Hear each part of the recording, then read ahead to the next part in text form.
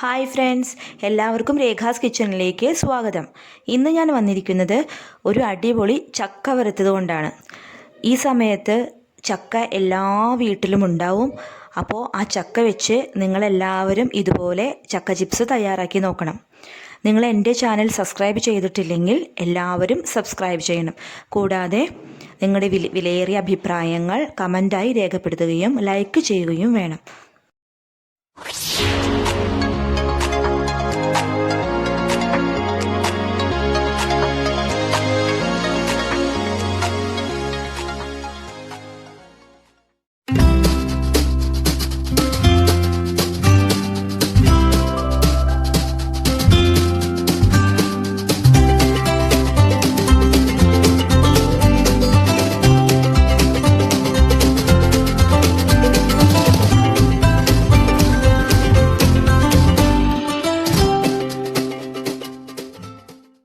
അപ്പോൾ ഇന്ന് നമ്മൾ ഉണ്ടാക്കാൻ പോകുന്നത് ചക്ക വറുത്തതാണ്. എല്ലാ മലയാളികൾക്കും ഏറ്റവും പ്രിയപ്പെട്ട ഒരു വിഭവമാണ് ചക്കയുടെ ചിപ്സ്. ഇപ്പൊ ലോക്ക്ഡൗൺ കാലഘട്ടമാണ്, അതുകൊണ്ട് എല്ലാവരും വീട്ടിലിരിക്കുകയാണ്. സുഖമായി ചക്ക പറിച്ച് ഇതുപോലുള്ള ചക്ക ചിപ്സ് ഒക്കെ എല്ലാവരും ഉണ്ടാക്കി നോക്കണം. അത് നമുക്ക് വീഡിയോയിലേക്ക് കടന്നാലോ? ഇതാ ഒരു ചീനച്ചട്ടി അടുപ്പത്ത് വെച്ചിട്ടുണ്ട്. ഇത് ഗ്യാസ് ഓൺ ചെയ്തിട്ട് ചൂടായി കിടക്കുകയാണ്.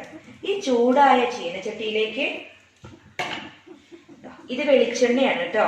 ഞാനിവിടെ എല്ലാ വറവ് സാധനങ്ങളും ഉണ്ടാക്കുമ്പോൾ വെളിച്ചെണ്ണയാണ് ഉപയോഗിക്കാറ്.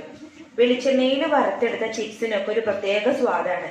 അതുകൊണ്ട് നിങ്ങൾ എല്ലാവരും വെളിച്ചെണ്ണയിൽ തന്നെ വറക്കാൻ പ്രത്യേകം ശ്രദ്ധിക്കണം. എണ്ണ അവിടെ ചൂടാകാൻ കിടക്കുന്നുണ്ട്.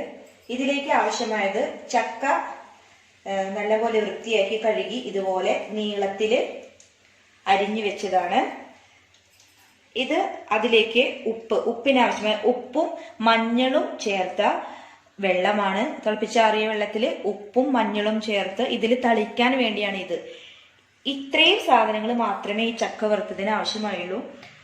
ചക്ക വറുക്കുമ്പോൾ ഏറ്റവും പ്രത്യേകമായിട്ട് നമ്മൾ ശ്രദ്ധിക്കേണ്ടത്, അത് നല്ല ചക്ക, വറുക്കാൻ പറ്റിയ ചക്കയോണ്ട് മാത്രമേ ചക്ക ചിപ്സ് ഉണ്ടാക്കാൻ പാടുള്ളൂ. നമുക്ക് നാട്ടിൽ കാണുന്ന എല്ലാ ചക്കയും ചക്ക ചിപ്സ് ഉണ്ടാക്കാൻ പറ്റില്ല.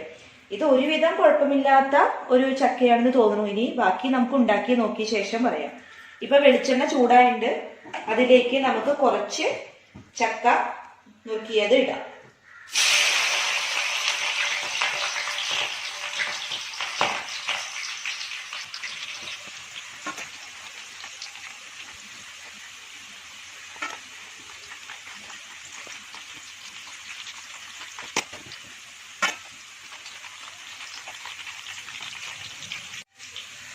ഇപ്പോ ചക്കയുടെ പാതി വേവായി. ഒരു ഇങ്ങനെ സ്പൂൺ കൊണ്ട് ഓടിക്കുമ്പോൾ ഒരു കലകലാന്നുള്ളൊരു സൗണ്ട് വരുന്നുണ്ട്. ഇനി ഇതൊരു ഭാഗത്തേക്ക് നീക്കി വെച്ച് ഇതിലേക്ക് ഉപ്പിന്റെ വെള്ളം കുറച്ച് കളിക്കാം.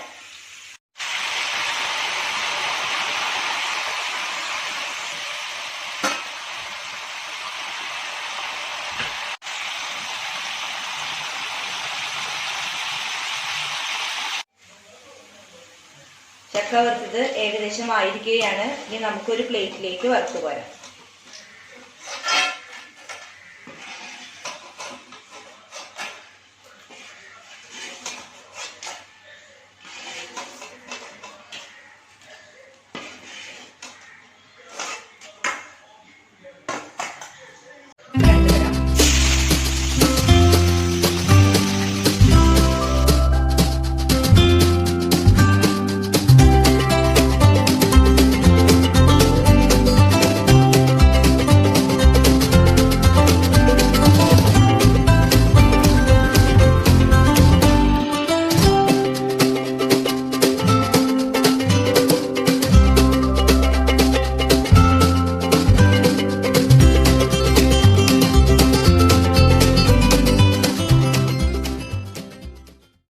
അങ്ങനെ നമ്മുടെ ചക്ക വറുത്തത് തയ്യാറായിരിക്കുകയാണ്.